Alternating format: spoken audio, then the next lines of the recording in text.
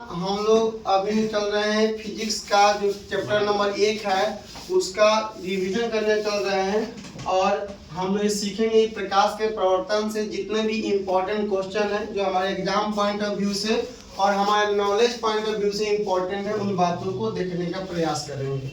तो आइए देखते हैं। चैप्टर का नाम है आपका प्रकाश का परावर्तन, जिसमें पहली बात है कि प्रकाश होता क्या है। तो प्रकाश एक कारक है जिसके उपस्थिति में हम किसी वस्तु को देख पाते हैं।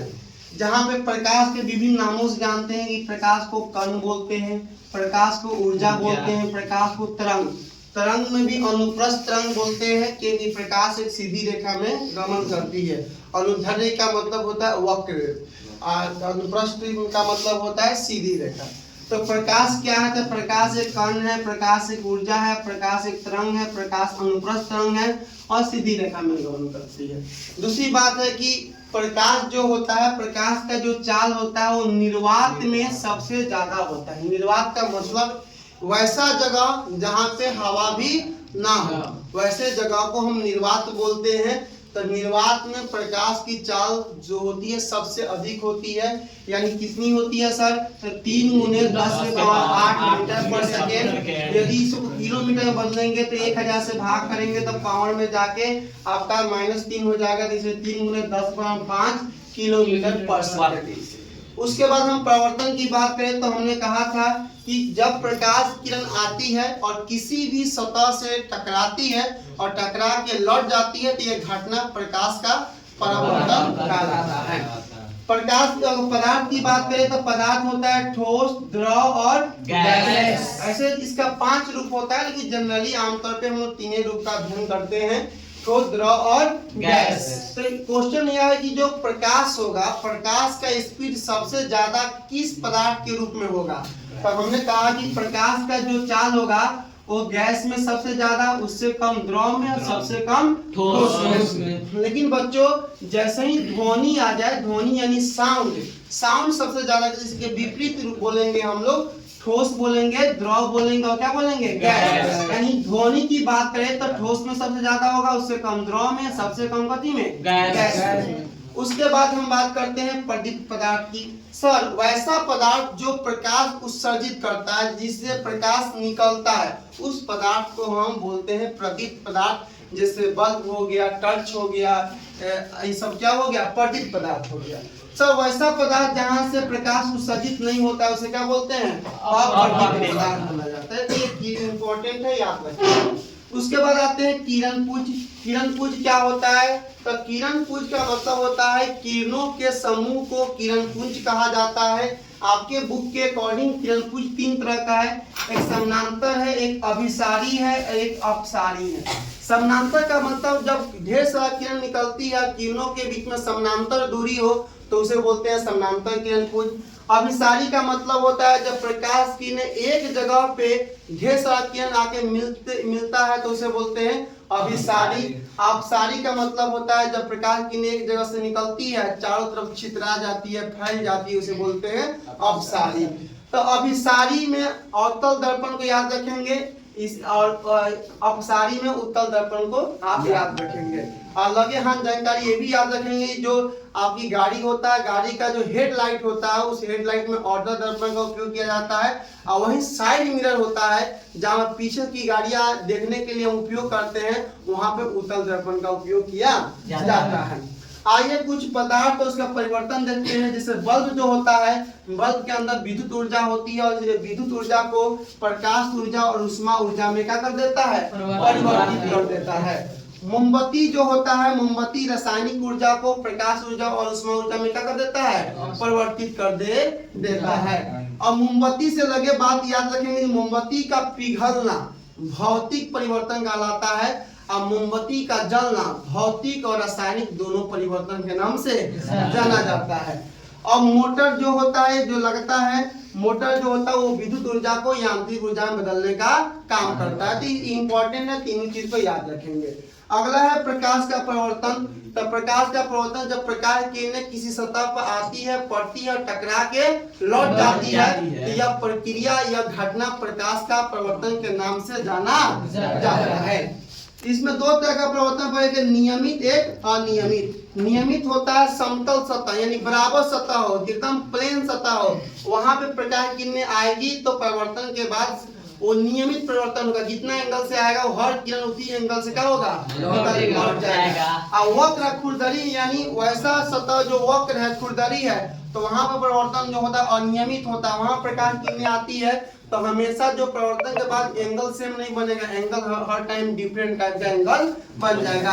अब आइए इस ग्राफ को आप ध्यान से देखिए, ये माना कि कोई एक समतल सतह है और समतल सतह के हम ऊपर से कोई किरण आती है, तो कोई किरण आती है उस किरण को बोलते हैं आपतित किरण, और टकरा के लौट जाती है उसे बोलते हैं परावर्तित किरण।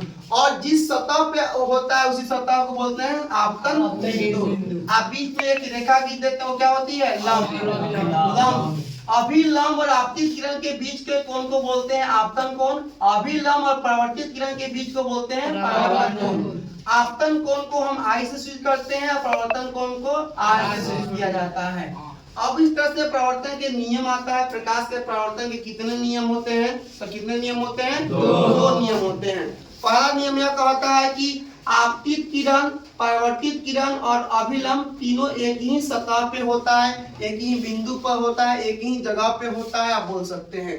और दूसरा यह है कि आपतन कोण परावर्तन कोण के बराबर होता है, यानी आई बराबर आर होता है। इसके बाद आते हैं तो प्रतिबिंब। प्रतिबिंब का है तो फोटो का बनना, प्रतिबिंब का है तो फोटो का बनना। प्रतिबिंब जो होता है दो तरह का बनता है, एक वास्तविक बनता है, एक आभासी बनता है। तो वास्तविक आभासी जो वास्तविक जो होता है हम बताए थे हमेशा उल्टा बनेगा। काल्पनिक जो होता है उसको एक शब्द जानते हैं आभासी से, आई हमेशा कैसा बनेगा, सीधा बनेगा। अवतल दर्पण जो होता है बच्चों, उस अवतल दर्पण में वास्तविक और आभासी दोनों तरह के प्रतिबिंब बनता है। उत्तल दर्पण होता है, समतल दर्पण होता है, इसमें हमेशा काल्पनिक प्रतिबिंब बनता है और सीधा प्रतिबिंब बनता है। अवतल दर्पण एक ऐसा दर्पण है जहाँ पे बराबर, छोटा और बड़ा तीनों तरह के प्रतिबिंब बनता है, और उत्तल दर्पण में हमेशा सीधा और छोटा प्रतिबिंब बनता है, और समतल में हमेशा बराबर प्रतिबिंब बनता है। समतल दर्पण का जो उपयोग है हम लोग अच्छे तरह से सीख चुके हैं। समतल दर्पण का उपयोग कहाँ पे किया जाता है, और इसका जो फोकस होता है समतल दर्पण का क्या होता है, अनंत होता है। और समतल दर्पण का उपयोग और समतल दर्पण का प्रयोग और इसकी विशेषताएं के बारे में हम सीख चुके हैं। इंपॉर्टेंट है एग्जाम पर कि समतल दर्पण में जो वस्तु रखते हैं उसका प्रतिबिंब वस्तु दूरी के प्रतिबिंब के क्या होता है, बराबर होता है, हमेशा सीधा होता है, आभासी होता है, वस्तु के बराबर बनता है, इसकी फोकस दूरी अनंत होती है।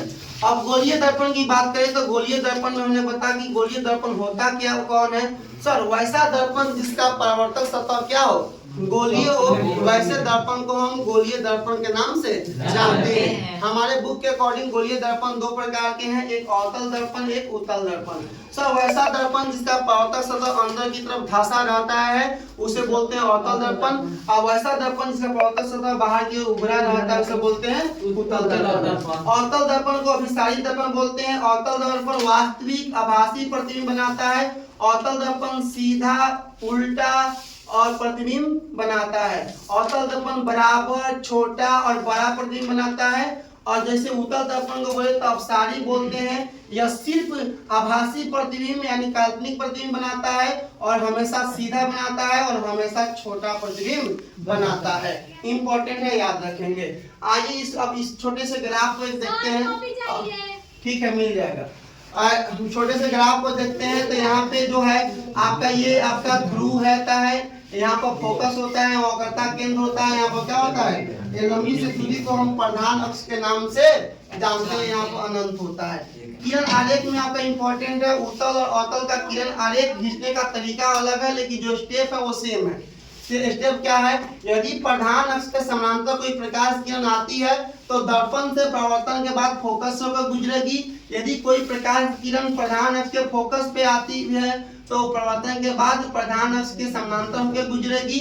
यदि कोई प्रकाश किरण वक्रता केंद्र से होकर जाती है तो परावर्तन के बाद वक्रता केंद्र से होकर क्या हो जाएगी, लौट जाएगी। यदि कोई प्रकाश किरण जितना एंगल बनाती है उतना ही एंगल से क्या होती है, लौट जाती है। प्रतिबिंब का बनना अवतल दर्पण और उत्तल दर्पण बहुत इंपॉर्टेंट है। इसका आरेख और प्रतिबिंब का बनना बहुत ज्यादा इंपॉर्टेंट है। क्या इंपॉर्टेंट है देखते हैं। हमने कहा कि इसमें वस्तु की स्थिति को रखते हैं।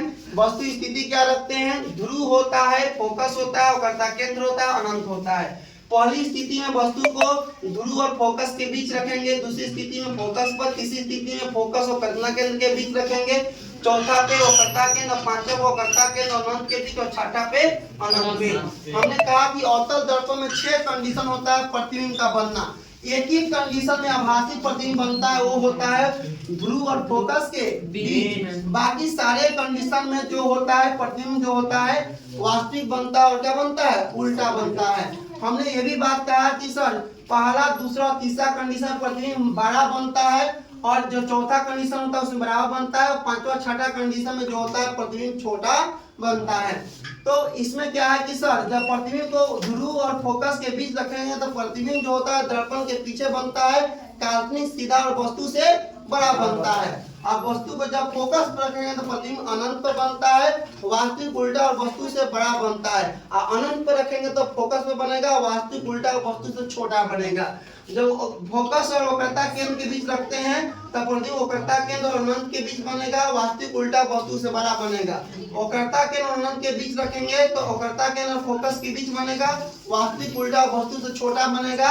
और जब वक्रता केंद्र पर रखेंगे तो वक्रता केंद्र पर ही बनेगा, वस्तु के बराबर बनेगा। ये 6 कंडीशन एकदम VVI है, इंपॉर्टेंट है, एग्जाम पॉइंट ऑफ व्यू से तो बहुत ज्यादा इंपॉर्टेंट है, याद कर लेंगे। आइए अब जानते हैं उत्तल दर्पण के प्रतिबिंब का स्थिति। उत्तल दर्पण में भी यही 6 कंडीशन होता है प्रतिबिंब का बनना, लेकिन आपको याद रखना है कि एक ही बात याद रखना है कि अनंत पे वस्तु को रखेंगे तो प्रतिबिंब कहाँ बनेगा, फोकस पे। अब बाकी किसी भी कंडीशन में हम वस्तु को रख दे उसका प्रतिबिंब हमेशा ध्रुव और फोकस के क्या बनेगा, बीच में बनेगा। यानी 5 कंडीशन, 5 को क्वेश्चन होगा, जवाब उसका क्या है, एक ही है। इसको याद रखेंगे। चिन्ह परिपाटी को हम लोग याद करते हैं, जैसे हम लोग मैथ पढ़ते हैं, मैथ में एक्स वाई जहाँ कट रहता है उसको ओरिजिन बोलते हैं, ओ से जानते हैं। यहाँ पे आपको ध्यान रखना है कि क्या, जहाँ पे P होता है ओरिजिन, P मतलब ओरिजिन को किस टर्म में जानेंगे, P के टर्म में। P के दाहिने तरफ कोई दूरी मापना है तो प्लस में, P के बाएं तरफ तो माइनस में। P से ऊपर जाएंगे तो प्लस में, P के नीचे आएंगे तो माइनस में। इसीलिए जो अवतल दर्पण होता है, अवतल दर्पण में फोकस वक्रता केंद्र या जो फोकस दूरी होता है वक्रता त्रिज्या होता है वो माइनस में होती है, क्योंकि यह P के बाएं तरफ होता है। उत्तल दर्पण में आते हैं तो उत्तल दर्पण के P के दाहिने तरफ फोकस वक्रता दूरी जो होती है दाहिने तरफ होती है, यही कारण है कि इसको प्लस में मापा जाता है। वस्तु हमेशा प्रधान अक्ष के ऊपर रखा जाता है, यही होता है कि उसको हम प्लस में मापते हैं। और प्रतिबिंब होता है जो प्रधान अक्ष के ऊपर बनेगा तो प्लस में, प्रधान अक्ष के नीचे बनेगा तो माइनस में। प्रतिबिंब की ऊंचाई वस्तु की ऊंचाई डिपेंड करता है, कंडीशन क्या रखा गया है। अब आइए आवर्धन की बात करते हैं। आवर्धन क्या है, तो आवर्धन होता है कि प्रतिबिंब की ऊंचाई और वस्तु की ऊंचाई के अनुपात को आवर्धन के नाम से जाना जाता है। आवर्धन का इंग्लिश होता है मैग्निफिकेशन, यही कारण है कि इसको m से डिनोट किया जाता है। m बराबर h डैश बटे h, h डैश यानी प्रतिबिंब की ऊंचाई, h मतलब वस्तु की ऊंचाई। तो इसमें जो हम अगर इसको हम v और u के रूप में लिखते हैं तो माइनस लगा के लिखते हैं। m का जब मान निकलेगा, m यदि 1 से बड़ा है तो प्रतिबिंब बड़ा बनेगा, m का मान यदि 1 से छोटा है तो प्रतिबिंब छोटा बनेगा, m का मान यदि प्लस में है तो प्रतिबिंब काल्पनिक बनेगा, m का मान यदि माइनस में है तो प्रतिबिंब क्या बनेगा, वास्तविक बनेगा। एक होता है कि फोकस दूरी और वक्रता केंद्र के बीच से a बराबर r/2 होता है। एक होता है दर्पण सूत्र 1/v प्लस 1/u बराबर 1/a। ये जो टर्म है, ये जो टर्मिनोलॉजी जितने शब्दों को बताया गया है, अगर 2025 में इस चैप्टर से क्वेश्चन आता है तो इसी से आएगा, इससे बाहर एक भी क्वेश्चन नहीं आएगा, ये पूरा गारंटी है। इसको अच्छे से पढ़ लेना है, याद कर लेना है, सही से समझ लेना है, और कोई दिक्कत हो तो दोबारा भी क्या कर लेना है, पूछ लेना है। समझ में आया कि नहीं आया? तो पढ़ाई यदि अच्छा लगता है तो आसपास के बच्चों को बताना है, और कोई बच्चे अगर ये वीडियो देख रहे हैं और यह ज्ञान कहीं लगता है कि आपको कुछ नॉलेज दे गया तो अपने आसपास के दोस्तों को शेयर कर देना है। और हमारे वीडियो कहीं यूट्यूब पर देख रहे हैं तो लाइक कर देना है, सब्सक्राइब कर देना है। आप कहीं फेसबुक देख रहे हैं तो और भी दबा के लाइक कर देना है।